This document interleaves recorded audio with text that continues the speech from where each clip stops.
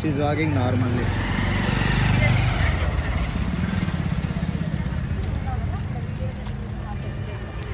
Hello hello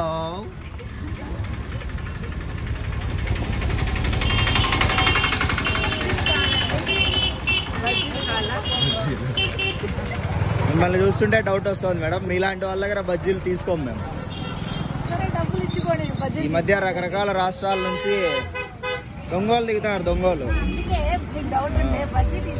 బజ్జీల్లో ఏమైనా కలిపి తిన్న తర్వాత మా కారు మొబైల్ తీసిపోయేలాగా ఉన్నారు మీరిద్దరు. హలో అమ్మాయి, నువ్వు కూడా హలో. తెలుగు వచ్చా మీకు?